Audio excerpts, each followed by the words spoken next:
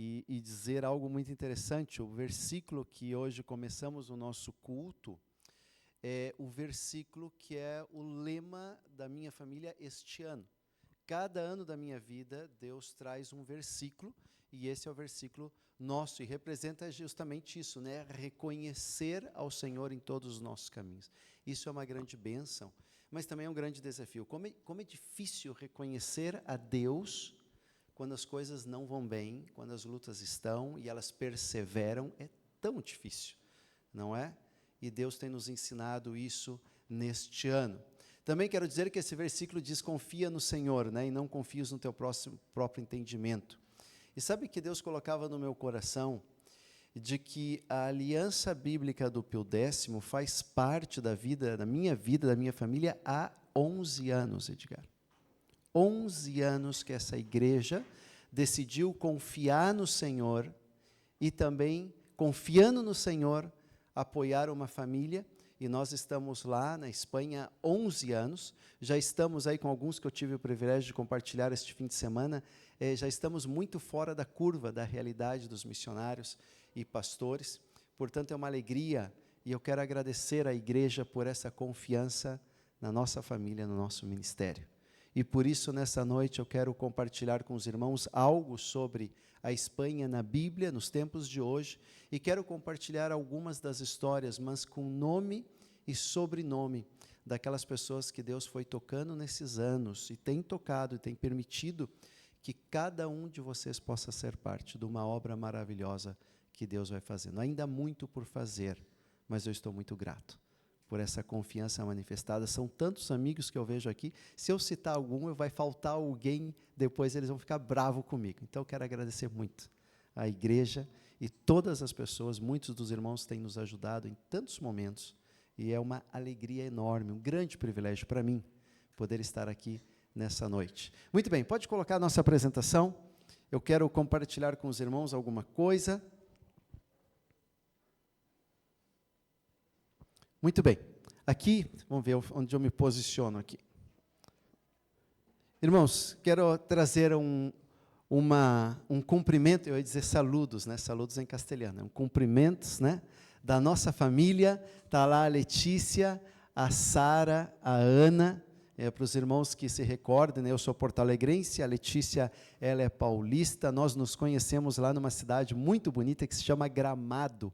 Gramado faz parte da minha vida, Serra Gaúcha faz parte da minha vida, e nós nos casamos lá em Gramado também, fazem pouquinhos, 22 anos, né? E ali está a Sara, que nasceu aqui no Brasil, com 3 meses nós fomos já para a obra missionária lá na cidade de Braga, em Portugal, onde nós pastoreamos durante 6 anos, junto com o meu sogro lá, e lá nasceu a Ana também. A Ana nasceu em 2011, nós estamos muito contentes. Ali elas estão crescendo, a Sara hoje está com 17, a Ana está com 12 anos. Mas, queridos, eu quero falar um pouco sobre, então, agora sim, sobre a Espanha. Queridos, eu quero compartilhar desde o início da Bíblia e mostrar que a Espanha está no panorama bíblico desde os inícios. Lá em Gênesis capítulo 10, nós vamos ver a primeira citação de um personagem que se chama Tarsis. Esse personagem, segundo os eruditos, ele foi para o norte-oeste do mundo. E quando a gente olha essa imagem é o mundo bíblico. Quando tu lê a Bíblia, lá no Antigo Testamento, é essa parte do mundo que está fazendo referência. E nessa parte do mundo, nós temos aí esse pequeno ponto, lá que é o sul da Espanha, essa cidade que se chama Tarsis. Essa cidade Tarsis também vai ser mencionada lá em 1 de Reis, capítulo 10, quando fala das naus de Tarsis, que vinham de uma certa Tarsis, que os eruditos não sabem exatamente onde é esse ponto, mas vinha com pedras preciosas, com gemas, e metais preciosos também. E aí uma coisa muito interessante é que a palavra Tarshi, que é a palavra Tarsis em hebreu, realmente significa pedras preciosas ou gemas, realmente daquele local. Ele trazia essas coisas dessa região. Então aí nós temos algumas coisas. E vamos chegar até Jonas, onde Jonas, ele recebeu o mandato do Senhor para ir anunciar o Evangelho, e para os estudiosos, aí uma curiosidade, o lugar mais caro do mundo que tu podia comprar uma passagem, naquele tempo, era para essa tal cidade de Tarsis. Então, a cidade mais cara do mundo, o avião mais caro que tu vai comprar o bilhete hoje, esse local era Tarsis nesse tempo. E Jonas pagou a passagem mais cara para fugir da presença de Deus para o lugar mais longe do mundo. Então, isso nos faz referência a um local. Agora, se eu me perguntar, Maicon, é verdade? Existiu mesmo um povo ali? Bom, lá na Espanha se fala sobre essa região que se chama Tartessos. Isso já é realmente um fato, de que nesse local existiu muitas aldeias, e nessas aldeias já se encontram muitas relíquias e muitas pedras preciosas e metais com que esse povo que estava naquela zona do mundo, e se chamava aquela região daqueles povos, se chamava Tartessos, que muito provavelmente tem uma conexão. As evidências históricas nos revelam que já no ano 1000 antes de Cristo há evidências de pessoas que viviam e colecionavam essas pedras preciosas, esses metais. Que interessante, não é, meus irmãos? Isso é uma realidade. Uma curiosidade só para vocês que eu vou contar. Fiquei sabendo também que aquela cidade misteriosa chamava Atlantis. Vocês já ouviram? Sempre filmes, películas falam sobre isso. Sabe o que dizem os historiadores? Que essa lenda faz referência a Tartessos, faz referência a essa região do mundo, esse lugar que era considerado os confins da terra. Mas nós chegamos também já ao primeiro século, primeiro e segundo século, e aí nós vemos o mundo do primeiro e segundo século. E esse é o mundo que andou Jesus e os apóstolos, e olha que interessante, lá diz uma tal Hispânia, e olha o nome que está aqui embaixo, o nome daquela região lá no sul, onde foi a Tarsis, diz Hispalis, da onde vem Hispânia, muito provavelmente, quizás é castelhano. Perdão, eu estou falando muitas palavras castelhano, né? É que eu já adotei, os irmãos me perdoem, eu nem noto a diferença. Mas, muito provavelmente, onde vem a palavra Espanha, no dia de hoje, está registrado ali. Mas os irmãos, com certeza, me querem fazer essa pergunta, né? Você sabe que Espanha, essa palavra está na Bíblia, esse país, não é? Espanha está lá em Romanos, onde diz que Paulo queria chegar à Espanha, ele queria ir para lá. Pode fazer a pergunta para mim, né? Paulo foi à Espanha? Bom, não sabemos. Não sabemos, não temos evidências exatas, né? Alguns dizem que sim, alguns dizem que ele chegou a ir, outros não têm referência. Na Itália, nós sabemos que ele morreu na Itália, e os historiadores, eu tive o privilégio de visitar um local onde provavelmente Paulo esteve preso, na casa, na residência que ele viveu preso lá, e mostraram onde eles pensam que foi o lugar onde Paulo morreu decapitado, segundo os historiadores italianos e a cultura italiana. Mas olha, meus irmãos, eu não sei. Mas o que eu sei é que existe uma grande cidade romana lá no primeiro século, que é a cidade de Tarraco, onde hoje é Tarragona. Alguém conhece a Espanha aqui? Alguém já foi à Espanha, além do Ademir? Conhecem lá, já viram falar da cidade de Tarraco, Tarragona, que fica lá perto de Barcelona, né? Lá tem um campo romano, uma arena romana. Então, se Paulo foi para lá, e se ele foi por terra, obrigatoriamente ele devia ter saído daqui, andado por esse caminho e chegado a Tarraco. Ele devia ter chegado lá e devia ter passado pela cidade onde eu vivo, lá esse pueblo que hoje se chama San Celón, onde nós estamos vivendo. Agora, nós não sabemos, não tem evidências se Paulo chegou lá. O que nós sabemos, sim, é que na cidade de Braga, lá em Portugal, onde antigamente se chamava Bracara Augusta, lá tem na sede Braga e em alguns outros pontos da Península Ibérica, o nome dos supostos primeiros cristãos que chegaram nessa região do mundo. Está lá os nomes e os anos. E se realmente é verdade que aqueles nomes são verdadeiros e eles eram realmente cristãos, então a data do primeiro cristão que chegou nos confins da terra, na Bracara Augusta, já no ano 43, chegou lá o primeiro. Provavelmente esse cristão teve contato com Paulo, ou com alguns dos apóstolos, ou até mesmo pode ter vindo do Oriente Médio, ter tido contato com Jesus, se é realmente um fato. E é muito curioso para a gente saber disso, né?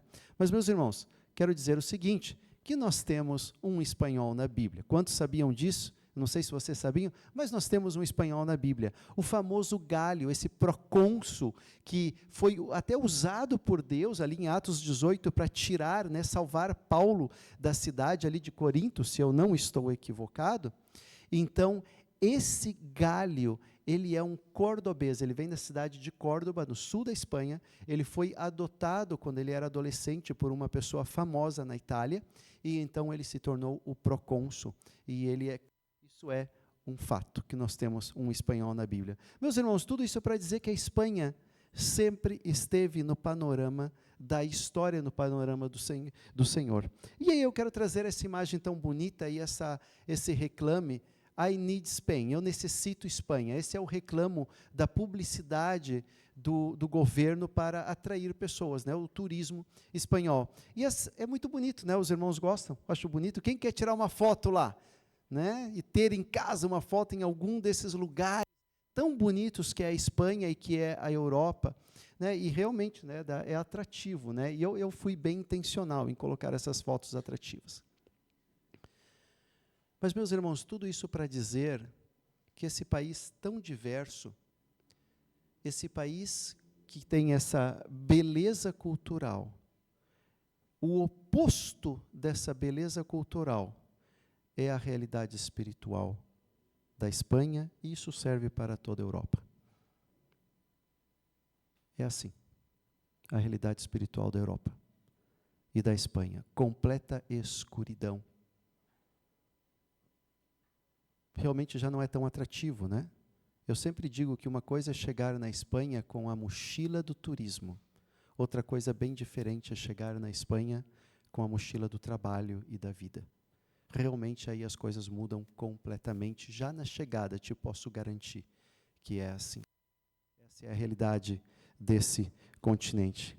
Queridos, Espanha, tenho provado nesses dias que eu estou aqui, eu tenho visto Espanha e Europa um continente esquecido para missões.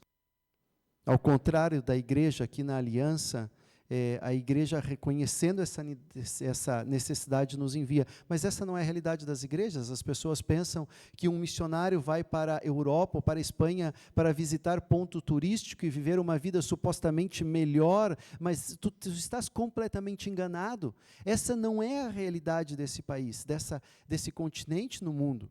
É uma realidade muito escura e realmente te posso garantir que não é nenhum êxito do mundo trabalhar nesse continente ou nesses países, porque realmente a dificuldade é muito grande. E eu te quero trazer e revelar algumas estatísticas que os irmãos foram também parte da minha vida em a gente levantar estatísticas oficiais. O que eu vou apresentar para os irmãos essa noite são estatísticas oficiais da realidade. Mas antes, eu quero ler...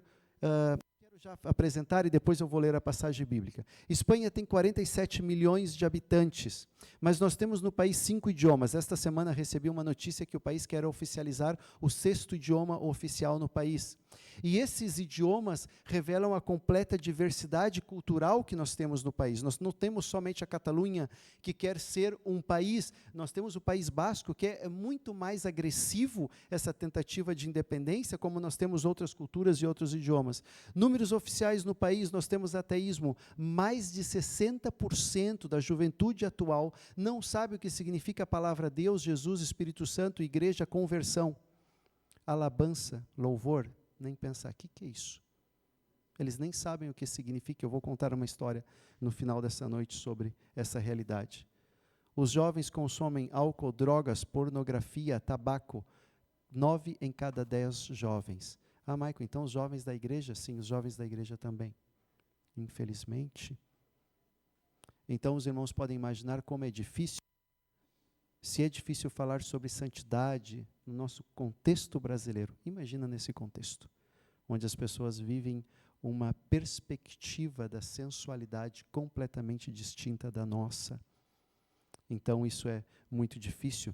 Os imigrantes somam números oficiais, mais de 5,5 milhões de pessoas, entre chinos, leste europeu, africanos, latinos e principalmente muçulmanos. Em números oficiais, 2,2 milhões de muçulmanos que vivem na Espanha. Mas qualquer espanhol poderia chegar aqui hoje e afirmar que são mais de 4 ou 5 milhões. Somente muçulmanos no nosso país. No nosso pueblo, na nossa pequena cidade onde eu vivo, 10% da população são muçulmanos.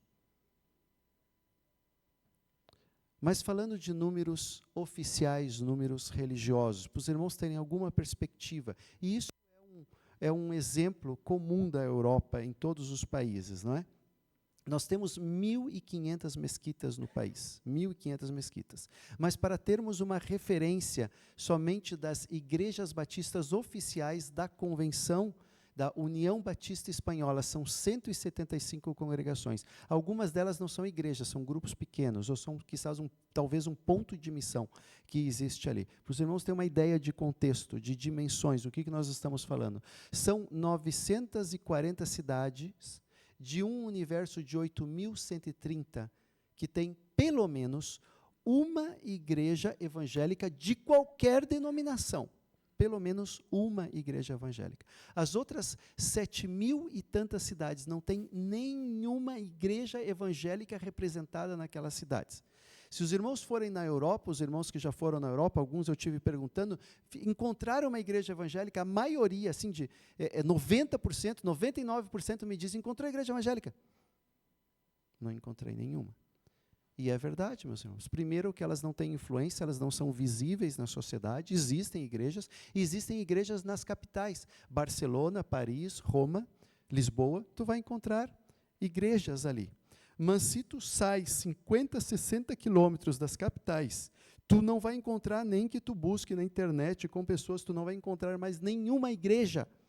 Por quê? Porque são igrejas pequenas, igrejas que não têm condições de sustentar um líder, igrejas que nascem com pessoas que estão dispostos a dar vida, muitas vezes, igrejas onde tem 4, 5 ou 10 idosos, muitas vezes, somente sustentando a igreja. Aliás, uma coisa muito interessante das igrejas, características das igrejas europeias, elas são muito familiares.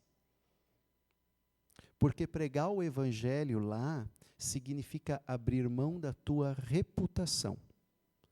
Eu vou dar um exemplo para os irmãos entenderem o que significa isso. Lá na Espanha, na Catalunha, quando uma pessoa sai a falar de Jesus, e as pessoas identificam, olha, ei, aquele lá é evangelista. Eles não dizem evangélico, eles dizem evangelística. E eles dizem assim, cuidado, não fala com ele vai te captar. Sabe o que significa captar? É as mesmas expressões que se usam para aqueles irradistas, as pessoas que vêm de países muçulmanos, captar pessoas para praticar, então, os atos terroristas, entregar supostamente a vida, né, em carros-bombas, terrorismo e toda esta coisa. Então, isso todos os anos, lá na Espanha, é comum, notícias de grupos que vêm para buscar essas pessoas, são encontrados, são presos e tudo mais. Mas as expressões são as mesmas. Olha, lá vem, então, são grupos terroristas, vão te captar, muito cuidado. Eles dizem as mesmas expressões, a mesma linguagem para aqueles que são evangélicos. Cuidado! Eles vão te captar. Para os irmãos terem uma ideia de qual é o nível de pressão, o nível de realidade, se nós queremos identificar-nos, né, como pessoas evangélicas. Eu estou vendo que as caras já mudaram. Antes elas estavam sorridentes, quando eu mostrei imagens da Europa, já estão preocupadas as caras. Os irmãos começam a ter uma ideia do que é a realidade evangélica no contexto europeu. E agora sim. Está ligado? Pode passar para mim, por favor? Quero animar os irmãos, por favor, a abrirem Atos capítulo 4. Eu não vou pregar este capítulo, eu não vou poder fazê-lo, porque eu quero apresentar um pouco daquilo que os irmãos têm investido as suas vidas, investido espiritualmente, cuidando de nós, o nosso cuidado espiritual, também no nosso cuidado econômico, para que a gente possa chegar e poder nos manter ali. Eu quero simplesmente passar em Atos capítulo 13 e capítulo 4, eu vou deixar para que os pastores da igreja possam fazê-lo depois, mas dando um contexto, Atos capítulo 13 acontece poucas semanas, talvez, depois que Jesus subiu aos céus. Então Pedro e João, eles estão indo na sinagoga, como de costume, e lá encontram aquele paralítico na porta, aquele paralítico pede ajuda, e eles dizem, em nome do Senhor Jesus, levanta-te e anda, e então aquele paralítico se levanta, tem a vida transformada, e em Jerusalém começa uma grande revolução, porque aquela pessoa que realmente tinha uma vida destruída, agora estava andando.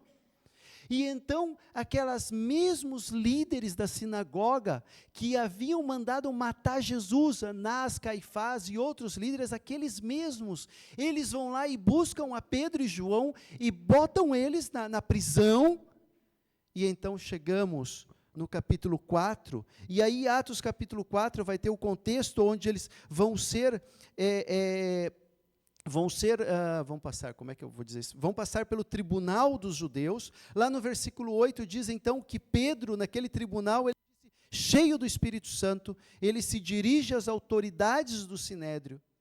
E então ele vai falar o seguinte, lá no versículo 12, versículo 11, ele vai dizer, este Jesus que vocês rejeitaram, que vocês mataram, é no nome dessa pessoa que nós operamos esse milagre, porque não foi nós, foi esse Deus maravilhoso que operou esse milagre. E então ele disse no versículo 12, não há salvação em nenhum outro nome, porque embaixo dos céus não existe nenhum outro nome dado entre os homens, pela qual importa que sejamos salvos.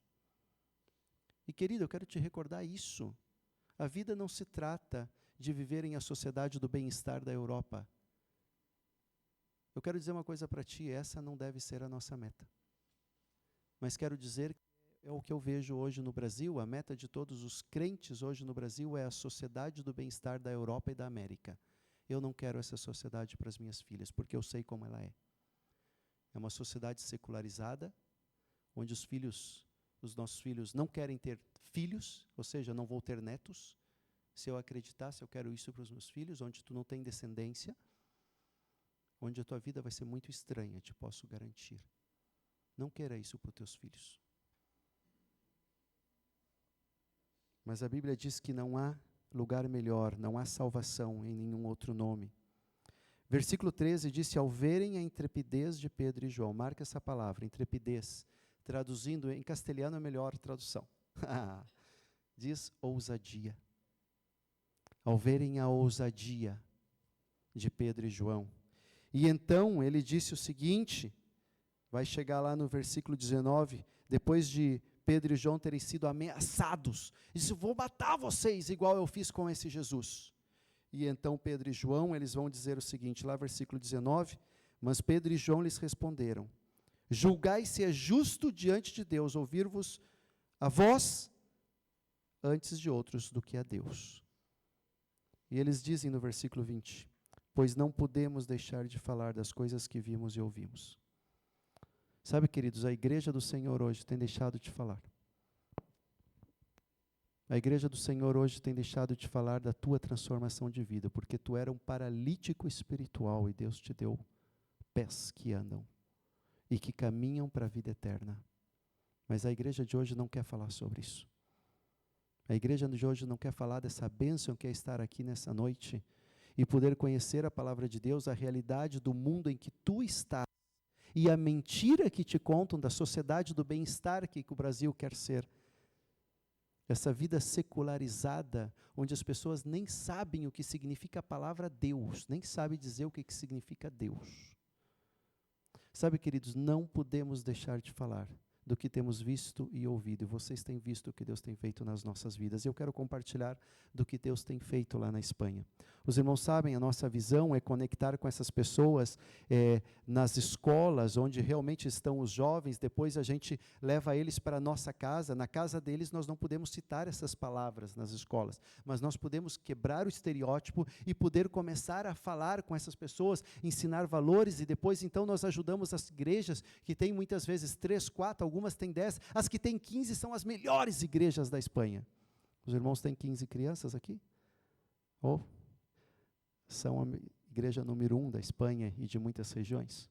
E depois aqueles que se dedicam estão sendo enviados para se preparar. Eu quero apresentar algumas das coisas que os irmãos são partes. Os projetos educativos, onde nós estamos indo nas escolas, transformando um compartilhar ou ensinando os valores de toda a vida da igreja, da escola bíblica dominical, valores de autoridade, respeito, trabalho em equipe, todos esses conceitos, meus irmãos, quando tu está numa sala de aula, onde tu tem ali 4 espanhóis, 4 muçulmanos, 2 chinos, 2 africanos, 3 latinos, e lá pelo meio, perdido, quem sabe, tu vai encontrar um cristão.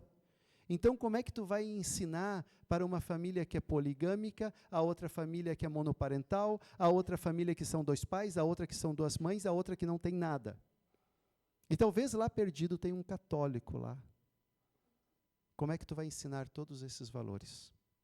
A coisa complica, né? Então, nós estamos ensinando esses valores através desses projetos educativos. Deus tem nos dado parcerias com empresas americanas em que nos ajudam. Irmãos alguns conhecem a empresa Chick-fil-A nos Estados Unidos. Nós temos uma parceria com esta empresa, com o ministério dessa empresa, que nos ajuda a trazer pessoas que falam um inglês perfeito, não o meu inglês, o inglês de verdade, não é? E então a gente entra e ensina esses projetos educativos, esses valores em inglês, porque eles estão aprendendo através de jogos. E as pessoas perguntam, uau, esse não está se pegando, brigando com aquele? É o Espírito Santo de Deus, né? É claro que não, nós não podemos dizer isso. Mas a gente pode começar então a dizer, olha, os valores que a tua sociedade desprezou, esses valores têm um fundamento. Esse fundamento nós queremos como uma organização cristã que está na Bíblia. E sabe o que dizem os professores? Como eles não estão brigando com aquele outro e matando aquele outro, eles dizem assim, é verdade, a gente tem que voltar a pensar sobre isso, né? Eu digo, pois é verdade. E então daí se abre uma conexão e nós podemos convidar essas pessoas para ir numa igreja ou num evento ou escutar o Evangelho de Jesus fora da escola. Dentro da escola, nós não podemos sequer mencionar essas palavras. Nós estamos chegando em escolas lá na Galícia, por exemplo, esse ano, em que damos palestras sobre condutas autodestrutivas, e nós chegamos esse ano numa das escolas. A escola foi tão impactada pelo testemunho desse nosso irmão falando das drogas e dos vícios, que a escola permitiu, numa escola de 50 alunos, eles nos permitiram fazer uma oração pelos alunos e pelas suas famílias. Isso foi um milagre, meus irmãos. E isso abre portas para que nós possamos anunciar o Evangelho de Jesus Cristo. O ministério de testemunhar, não só acampamentos, mas os acampamentos são essa parte muito impactante da Palavra da Vida. Os irmãos não pensem, quando os irmãos que conhecem a Palavra da Vida na Espanha não tem nada a ver com a Palavra da Vida aqui. Nós não temos nenhuma propriedade gigante, rica, com todas essas coisas que a gente pode ter. Lá a gente tem que alugar uma propriedade para fazer o acampamento. E então o missionário também paga para ir no próprio acampamento. Por quê? Porque a gente não quer dar essa despesa para os jovens, porque os jovens também têm muitas necessidades econômicas. Lá, quando a gente faz aquele projeto Transforma, os irmãos que recebem aí o nosso informativo, é para levantar um recurso extra para que a gente possa pagar essas despesas, para que a gente possa ajudar pessoas aí nos acampamentos. E o que tem acontecido, meus irmãos, os irmãos estão sendo parte, entre todos os acampamentos e todos os eventos, por ano, nós estamos chegando a pouco mais de 60 manifestações de conversões em que a gente está realmente conversando com essas pessoas e confirmando se foi uma decisão. E meus irmãos, os irmãos vão dizer assim, mas Maicon, tudo isso para 60? Meus irmãos, nós temos crentes na Espanha que me procuraram muitas vezes e dizem, Maicon, eu nunca vi uma pessoa em toda a minha vida de igreja receber a Cristo. Eu nunca vi uma pessoa. Essa é a minha primeira vez. É um número milagroso para a nossa realidade. Mas, meus irmãos, eu quero trazer nomes de pessoas que os irmãos são responsáveis por essa conversão. O Jean Paul, não posso contar toda a história dele, nós não vamos ter tempo aqui.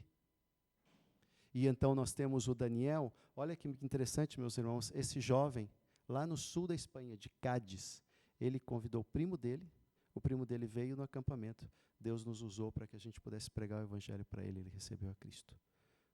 Não foi obra minha, foi obra dele. Deus usou ele, usou a igreja para me enviar, e nós podemos compartilhar a bênção de Daniel. Mas eu quero apresentar a história desse jovem muito rapidamente. Eu não posso citar o nome dele. Está sendo gravado ou transmitido?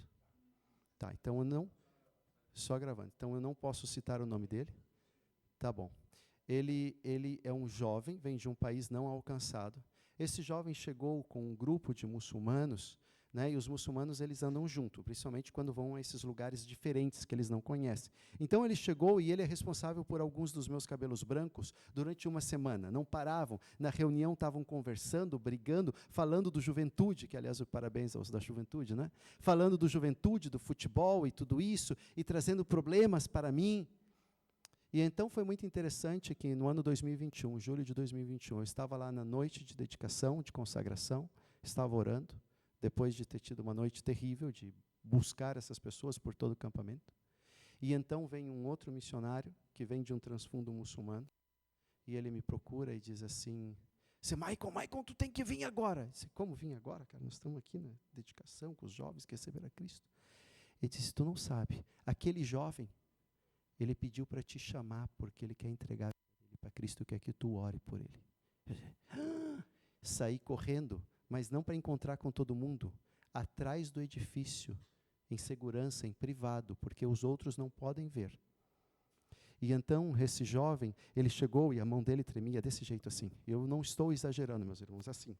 Sabem por quê, meus irmãos? Porque um muçulmano, se ele ousa mudar de religião, o que diz o Alcorão é que ele tem que morrer. E os pais enviam ele para o país de origem e muitas vezes mandam sacrificar o próprio filho, se isso acontece. Então esse jovem tremia assim, ele tremia, então eu perguntei para ele, tu tens certeza que tu quer entregar a tua vida a Cristo? Tu sabe que isso significa? Ele disse, sim, eu sei o que significa, mas eu não posso sair daqui sem que receber a Cristo. E então nós oramos por ele, ele entregou a vida dele para Cristo. E sabe o que acontece, meus irmãos, quando uma pessoa recebe a Cristo em privado, que ninguém sabe, a vida dele começa a mudar, porque o Espírito Santo não fica ali parado, ele começa a mover, ele já não vai querer ir nas orações, ele já não vai querer ir lá na mesquita, então eles começam a notar diferente, todo mundo fica de olho, para ver se ele está andando com os evangelistas, né? Então ele desaparece. Por quê? Porque ele não quer ser visto, porque é perigoso para a própria vida dele. E então, durante um ano, eu busquei ele. Eu e o outro colega, nós buscamos, nós chamamos, nós perguntamos na igreja, nós tivemos muitos contatos. Quando chegou no ano 2022, e essa foto é no acampamento em julho de 2022. Então, ele chegou no acampamento no primeiro dia, sozinho. E ele disse, cara, tu veio, cara, que bom, nós te procuramos o ano inteiro para te ajudar. Michael, passei um ano terrível. Mas eu estou aqui. O Espírito Santo havia feito realmente transformação da sua vida, e estava fazendo, mesmo nas condições terríveis. E aí nessa foto, nesse dia, ele disse assim, Michael, meu sonho é poder fazer o que tu faz. Meu sonho é um dia poder ser um missionário. Os irmãos fazem parte disso. Deus está tocando vidas de muitas pessoas, ateus, espanhóis, católicos, agnósticos. Deus está tocando o coração de vidas realmente destruídas pela sociedade do bem-estar que nós temos lá. Mas Deus está transformando essas pessoas. Não podemos deixar de falar do que temos visto e ouvido. Nós estamos ajudando no país o Ministério de Clubes Bíblicos, de igrejas locais, que os irmãos conhecem a Palavra Vida. Nós estamos trabalhando, servindo, traduzindo e trabalhando com cerca de pouco mais de 300 jovens, crianças, líderes em todo o país. E os parte dessas igrejas que estão sendo tocadas pelo nosso ministério, e algo que nasceu no ano da pandemia, foi este ministério que se chama Unite a Causa, o Ministério de Evangelização, que Deus nos deu o privilégio de impulsar lá na Espanha. E meus irmãos vão fazer a pergunta para mim, Michael, vocês têm um projeto para alcançar o país? E eu posso dizer para ti, nós temos, está aqui, Unite a Causa. Nós estamos indo, onde está em azul, são as províncias que nós já chegamos. Esse projeto e esse significa ir em pelo menos uma igreja em cada uma das 50 províncias do país, ensinar os jovens e as pessoas os princípios básicos de evangelização, dar um recurso que é uma app de evangelismo muito interessante, e tem em português também, e então nós saímos com esses jovens das igrejas a praticar a evangelização de rua, conversar com as pessoas, alcançar os seus amigos para Cristo, e eles dedicam as vidas deles e dizem, eu quero. Algumas dessas pessoas disseram, eu nunca vi uma pessoa receber a Cristo na minha vida, na rua muito menos, né? Isso já é menos ainda. Então Deus muitas vezes nos dá um milagre de pessoas receberem a Cristo na rua. E sabe quem é mais impactado? Não é nem as pessoas que recebem a Cristo. Eu não tenho tempo para contar todas as histórias. Eles voltam para lá. E eu quero te dizer, querido, Deus quer te fazer ousado lá na rua, quando tu vai para o teu trabalho. Dizer para uma pessoa, Deus te abençoe. Deus quer usar a tua vida para isso. Tem pessoas no teu trabalho, na tua escola, no teu vizinho. E Deus quer te fazer ousado para anunciar esse Deus que pode transformar. Porque Deus transforma, eu tenho visto como Deus transforma até pessoas dessas condições terríveis. E nós estamos alcançando todo o país. Eu quero pedir que os irmãos orem por nós, para que a gente continue levando esse projeto adiante. É um projeto difícil, que muitas vezes nem as igrejas querem fazer, porque elas não acreditam, elas até desanimam os crentes a não sair na rua pregar o evangelho. Então não é muito legal, né? Já ficou bem complicado a realidade. Mas orem, porque aqui onde está laranja são as próximas províncias, e aqui também as 2 cidades autônomas da Espanha, lá na África, onde nós estamos também para chegar, se Deus quiser, no próximo ano já vamos chegar lá. E meus irmãos, por último, quero partir ao final. Essas são fotos de pessoas, são alguns poucos espanhóis, pessoas que estão ali e que dedicaram a vida deles, estão se preparando, estudando, escola bíblica online, algumas delas estão indo para alguns países, mas nós não podemos deixar de falar do que temos visto e ouvido. Eu quero aqui um sevilhano, torcedor do Betis, ele está indo para a Argentina o próximo ano se preparar para poder ser um obreiro do Senhor. Mas eu quero falar em especial do André. O André, ele tem pais brasileiros, mas ele é espanhol, ele cresceu na Espanha. Deus nos deu o privilégio de investir na vida dele, ser um instrumento na vida dele. E ele já está concluindo o 3º ano no seminário em São Paulo. E este ano, quando eu estive há 3 semanas atrás em São Paulo, falando no seminário, e pude reencontrar o André, e o André pôde me dizer, Maicon, já tomei a minha decisão, Deus me chamou, eu vou ser um missionário na Espanha. Glória a Deus por isso. Deus está levantando pessoas, e Deus está levantando os irmãos, para que isso possa estar acontecendo também. Glória a Deus por tudo isso. Queridos, nós não fazemos isso sozinho, aqui é uma foto da nossa equipe, todo esse ministério é realizado por esta equipe, e 2 casais mais que não estão aqui nessa foto. Meus irmãos, estamos realmente com muito trabalho, com muitas coisas. A equipe já tivemos quase 30 pessoas, hoje somos 10. Mas orem, para que a gente não seja parte das estatísticas dos que deixam. Eu tive compartilhando com alguns dos irmãos aqui esses dias, em média, uma estatística não oficial, mas em média se diz que cerca de 100 pastores e missionários deixam a Europa cada ano. Porque os resultados não são grandes, não são bonitos, não são igrejas como essa, igrejas fortes, igrejas boas, igrejas em que a alegria, a vida, a crianças, a jovens, não desprezem o que os irmãos têm. Porque isso é um luxo para muito poucos. Realmente Deus quer usar, orem pela nossa equipe, para que a gente possa seguir adiante. Mas, meus queridos, eu quero concluir esse tempo. Mas eu não quero deixar de ler os versículos 29, 30 e 31. Diz que Pedro e João, ousados e cheios do Espírito Santo, diz que eles então disseram, nós não podemos deixar de falar, e se vocês querem nos matar, não tem problema, mas nós não vamos ouvir o que vocês estão dizendo. E então eles foram ameaçados, e milagrosamente eles foram soltos. E sabe o que eles fizeram?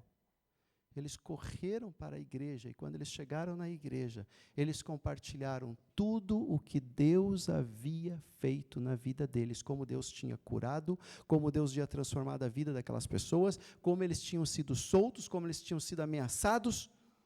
E então, a partir do versículo 23, eles fazem uma oração, eu não vou ler toda a oração, os irmãos podem ler em casa, mas eu quero ler a partir do versículo 29, é uma oração.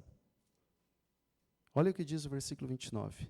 Diz, agora, Senhor, olha para as suas ameaças e concede aos teus servos que anunciem com toda intrepidez, com toda ousadia, a tua palavra. Meus irmãos, eles não oraram por proteção, eles oraram por poder. Eles não oraram por uma vida mais regalada, eles oraram por ousadia para anunciar do Evangelho. E ojalá a igreja possa orar dessa noite, não para uma melhor vida, mas por uma vida mais ousada. Para que mais pessoas que estão indo para o inferno possam conhecer esse céu maravilhoso que tu conheces. Eles não oraram por proteção, eles oraram por poder. enquanto estende a mão para ofertar curas, sinais e prodígios. Eu quero te dizer que uma pessoa receber a Cristo é um milagre. E nesse contexto onde eu estou conhecendo o que significa uma pessoa receber a Cristo num contexto de idolatria, ateísmo, islamismo, entre tantas outras coisas tão raras que eu não posso nem citar. Deus tem operado milagres. Enquanto tu faces esses prodígios, por intermédio do nome do teu santo servo Jesus. E ele termina dizendo, tendo eles orado, tremeu o lugar. Tremeu aquela igreja onde eles estavam reunidos. E todos ficaram cheios do Espírito Santo. E com intrepidez, com ousadia, anunciaram a palavra de Deus. Eu quero concluir contando esse último testemunho. Este jovem se chama Sérgio. Esse jovem, em outubro do ano passado, lá no interior da Catalunha, teve a perda do seu padrasto morreu, uma família com muitas necessidades, um jovem espanhol, muitíssimas necessidades essa família, e lá naquela escola onde estudava, tinha uma professora, aquela professora se chamava Ana. E essa professora Ana, que nos conhece, que nós temos trabalhado também com ela, com a sua família, tivemos o privilégio de investir na vida dos seus filhos.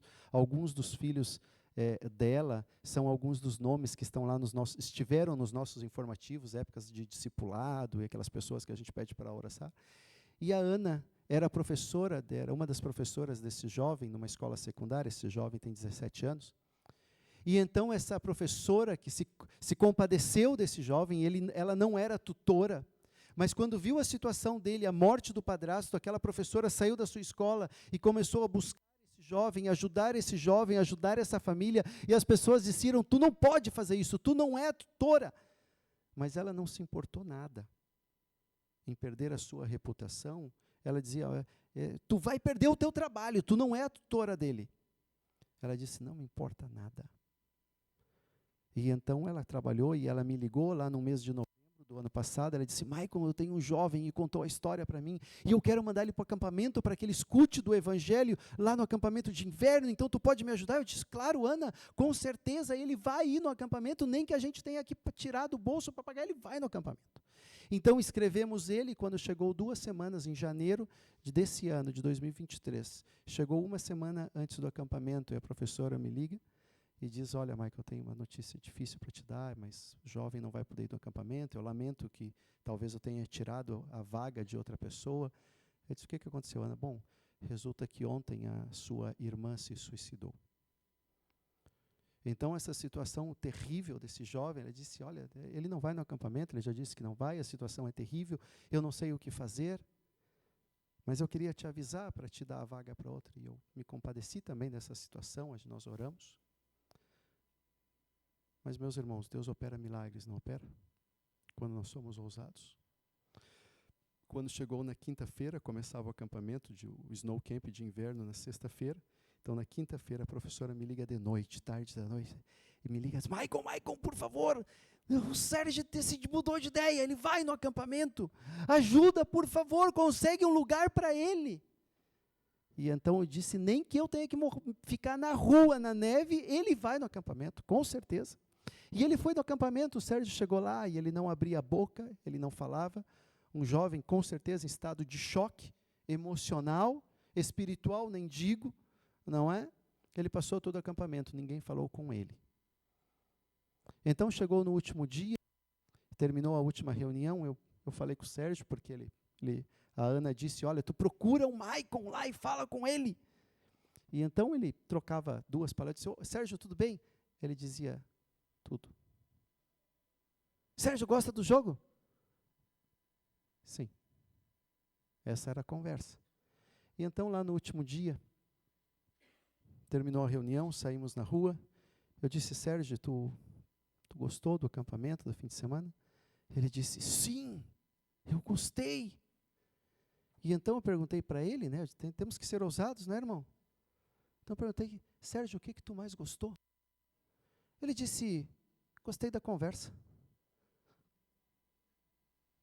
Da conversa? Mas nós nem conversamos. Gostei da conversa. A conversa. Aqui. Ah, tu gostou da pregação? Sim. É um jovem que não sabe o que significa Deus, Espírito Santo, oração, alabança, a sociedade do bem-estar, a sociedade secularizada que vivemos na Europa. E então eu disse, Sérgio, tu gostou da conversa? O que tu mais gostou da conversa? Ele disse, é que eu não vou mais pecar na minha vida.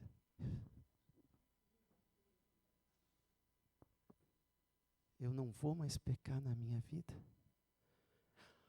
Ah, tu quer dizer que tu sabe que a gente vai pecar, né? Mas tu quer dizer que tu entregou tua vida a Cristo para que Ele perdoe os teus pecados, para que tu não tenha mais a condenação do pecado na tua vida? Ele disse, sim, é isso! O Sérgio tinha entregado a vida dele para Cristo. Os irmãos imaginam a emoção, não é verdade? Essa foto eu tirei 2 meses depois. E aí a realidade da Europa é que se tu quer investir tempo com pessoas, tu tem que estar disposto a pagar 1h15 de gasolina, só para passar 30 minutos com ele e 1h15 de volta para casa. Mas a gente subiu a montanha, 1h15 para estar com o Sérgio. A cidade onde ele está tem uma igreja batista com 4 idosos.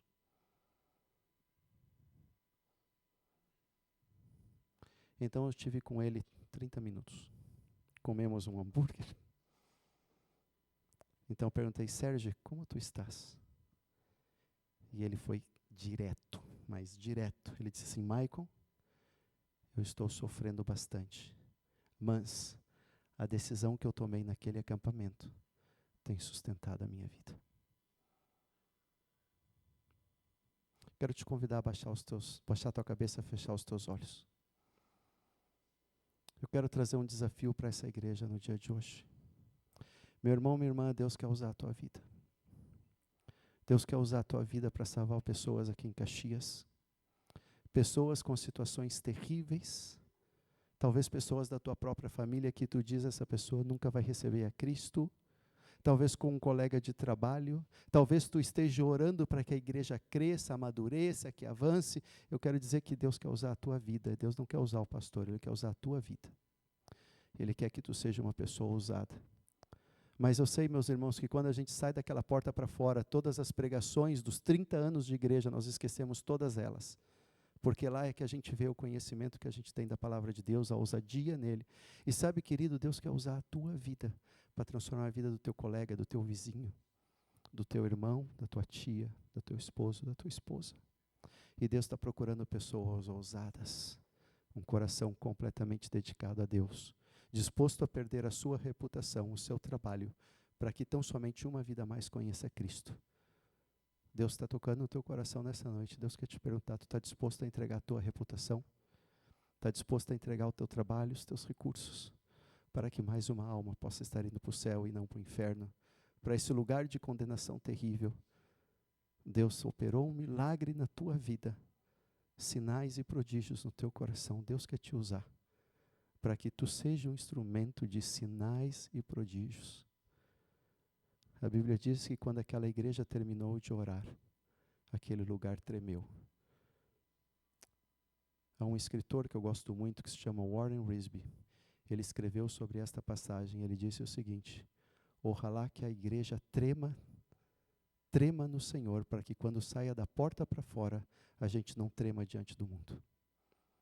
Pai querido, quero te pedir que a igreja em aliança, a aliança bíblica do Pio X nesta noite, Senhor, que tu possa fazer tremer os nossos corações, a nossa alma, tremer a nossa vida diante de ti, Senhor.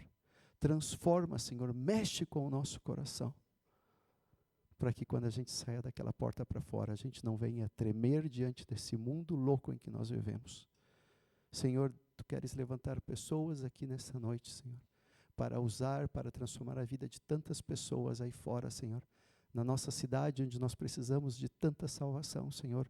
Utiliza, Senhor. Dá ousadia, dá a eles que sejam cheios do Espírito Santo, Senhor. Para que o mundo saiba, Senhor, que tu eres Deus. E que não há salvação em nenhum outro nome. Senhor, trema, mexe com as nossas vidas nessa noite. Para que a gente não venha tremer lá fora, Senhor. Utiliza a tua igreja. Eu agradeço, Senhor, esta igreja pela confiança, pelo investimento. E oro, Senhor, para que Tu multiplique, Senhor, em bênçãos.